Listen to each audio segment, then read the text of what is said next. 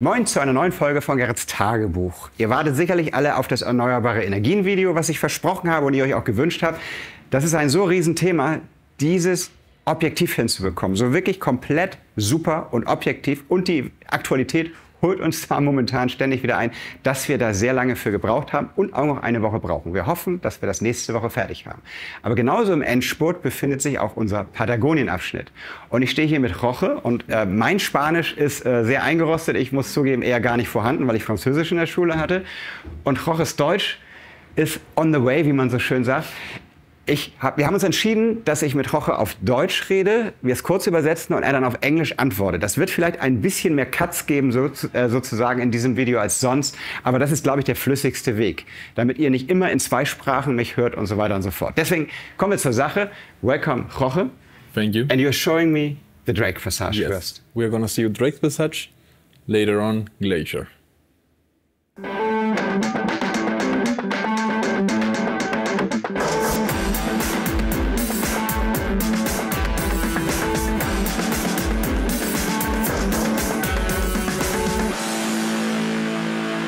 Wir stehen jetzt hier vor der Drake Passage. Hier haben wir schon die ganze Zeit gemeinsam die Vision gehabt, dass das ein stürmisches, raue See sein soll mit ganz großen Wellen, also wo man einfach hier steht und schon das Gefühl hat, ey, man merkt den Wind, man merkt die Kälte und es muss natürlich animiert werden. Für Animation war uns klar, die Wellen müssen sich bewegen.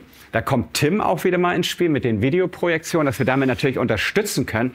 Aber ich war in Pilar und Ricardo der ist einfach ein brillanter Mechaniker und hat so verrückte Ideen. Der hatte die Idee, zusammen mit Peter und Jorge Wellen darzustellen und hat uns ein kleines Modell gezeigt. Und ich stand damals schon davor und meinte, ich habe es nicht verstanden. Ich habe wirklich dieses Gerät mir angucken müssen. Wie kriegt er diese eine Bewegung in die andere, ohne dass die andere sich stört?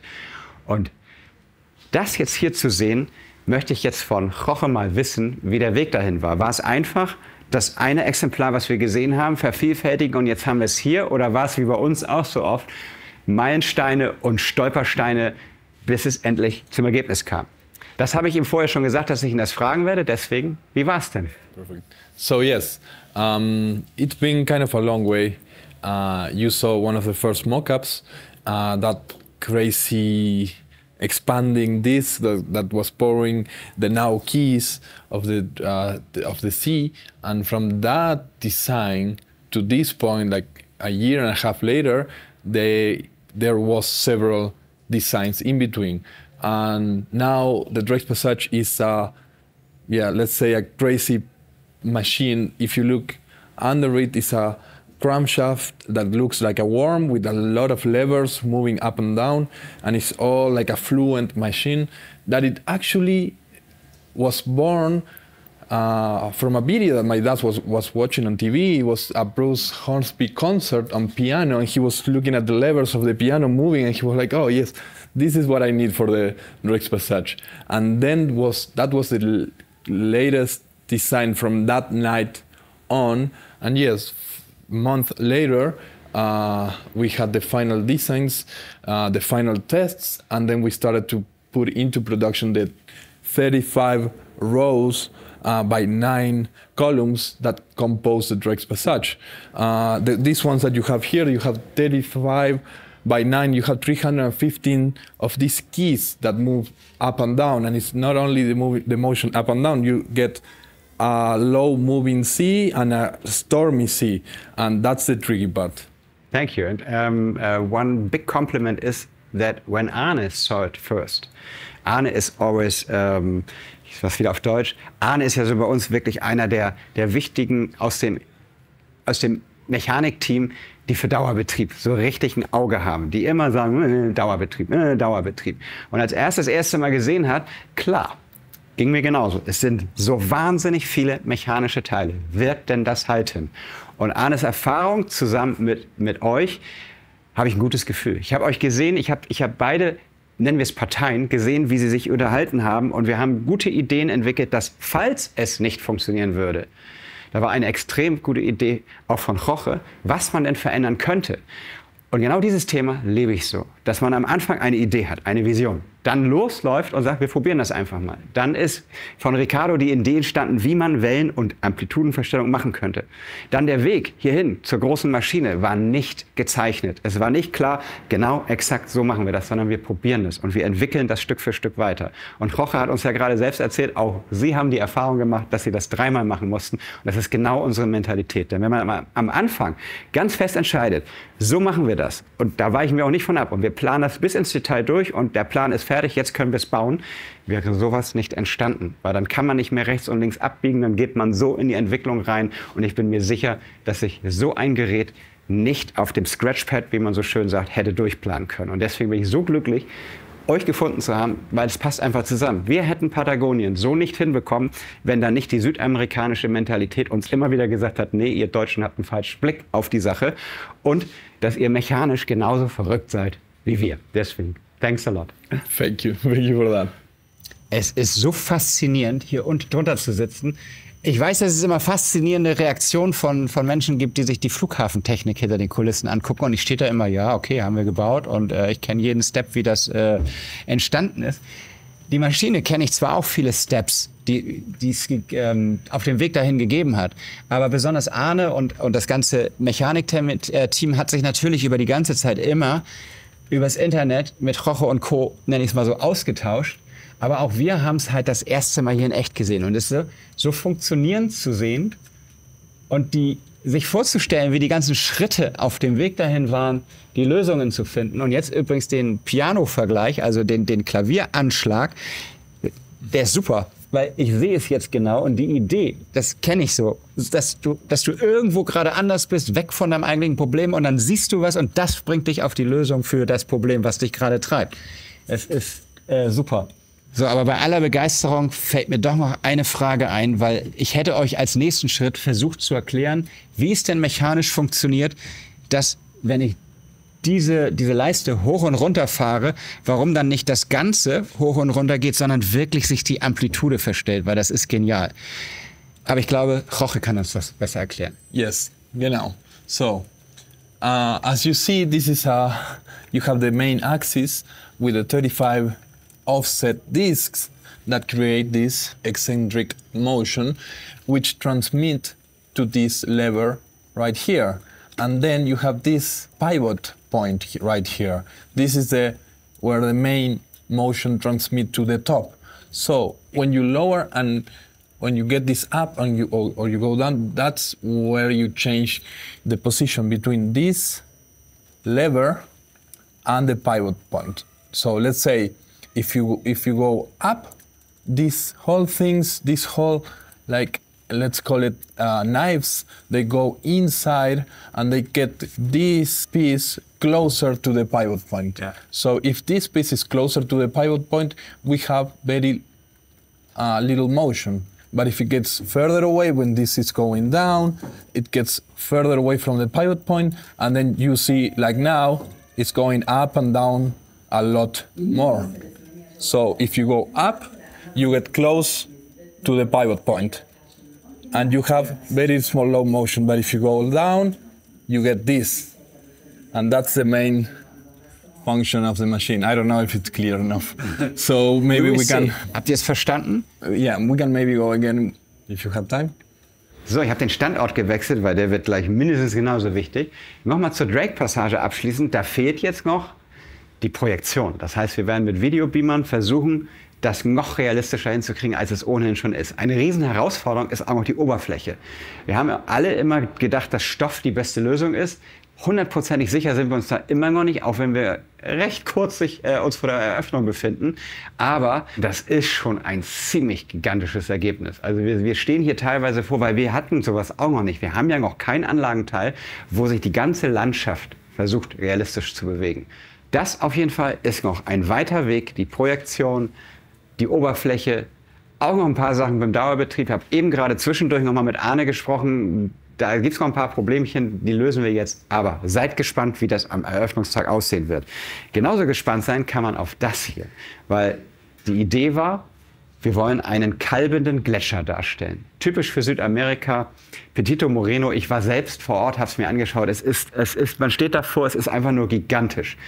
Hat natürlich beim Petito Moreno nicht unbedingt, aber insgesamt hat Gletscherabbrüche auch was mit Global Warming zu tun. Das heißt, man hat immer so ein bisschen Wehleidigkeit hier und da auch dabei. Aber hier war es einfach ein Naturschauspiel, was man schon seit Jahrhunderten kennt, mal live zu sehen. Es hat mich fasziniert. Das ist natürlich das Problem, dass wenn man das einmal in echt gesehen hat, sind die Ansprüche entsprechend hoch. Wir haben uns mit euch unterhalten über das Thema, kriegt ihr das hin, einen Gletscherabbruch zu machen? Und ich weiß noch, da war am Anfang mehr so als als yes, of course, we can do it. Aber es kam ziemlich schnell eine Idee.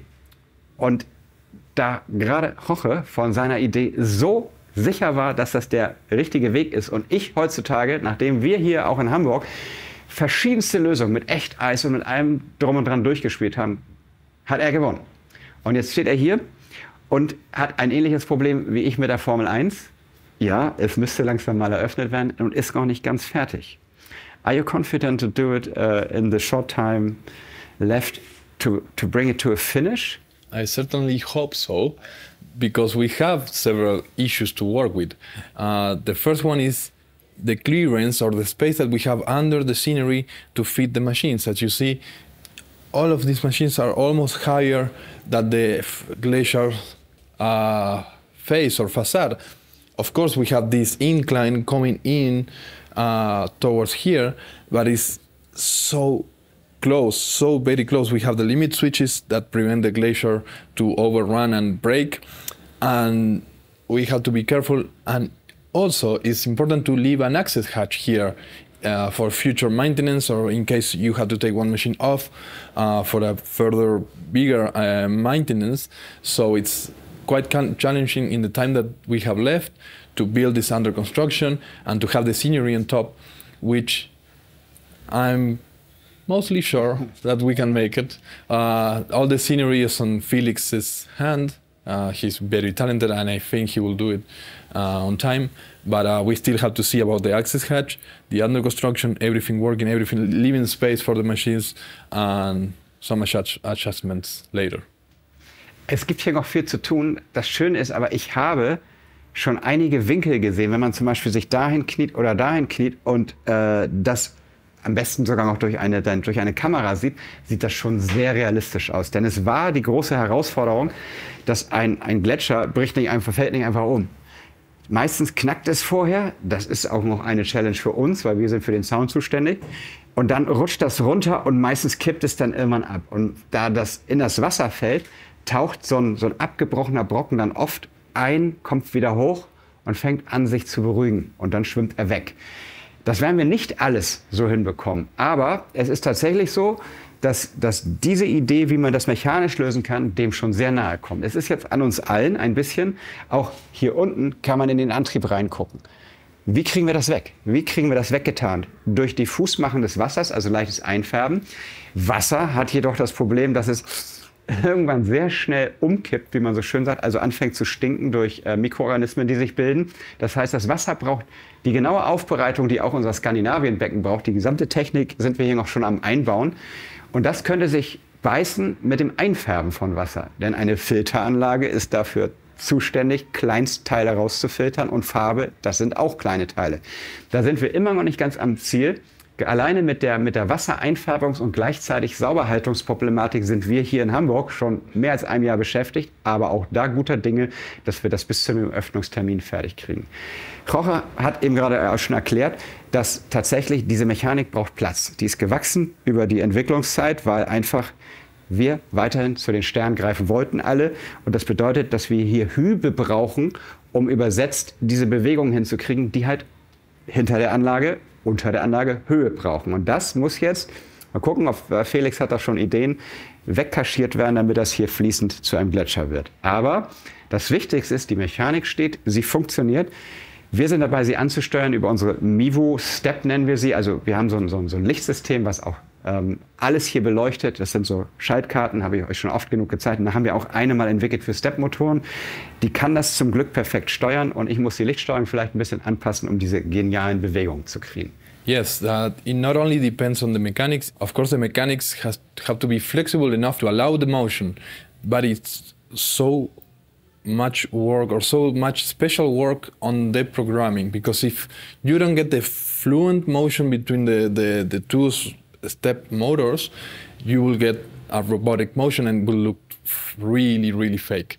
It's really important to have ascending or accelerating ramps and decelerating ramps in the correct manner so it looks like an actual ice fall. Did you had time to try different movements together to combine the angles and yes, like that? They are working together, but to my taste, is still a lot more to be done to get it in a perfect way. Also, it's quite tricky because when you're looking at this particular ice fall for so much time, so like constantly looking and like just touch a little bit there, touch a little, until it's perfect.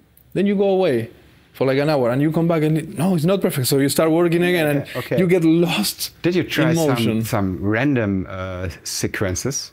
So maybe it should be a way to could be a way to program some for all different movements randomly. Yes. And sit in front. Somebody has to sit in front for hours. Look.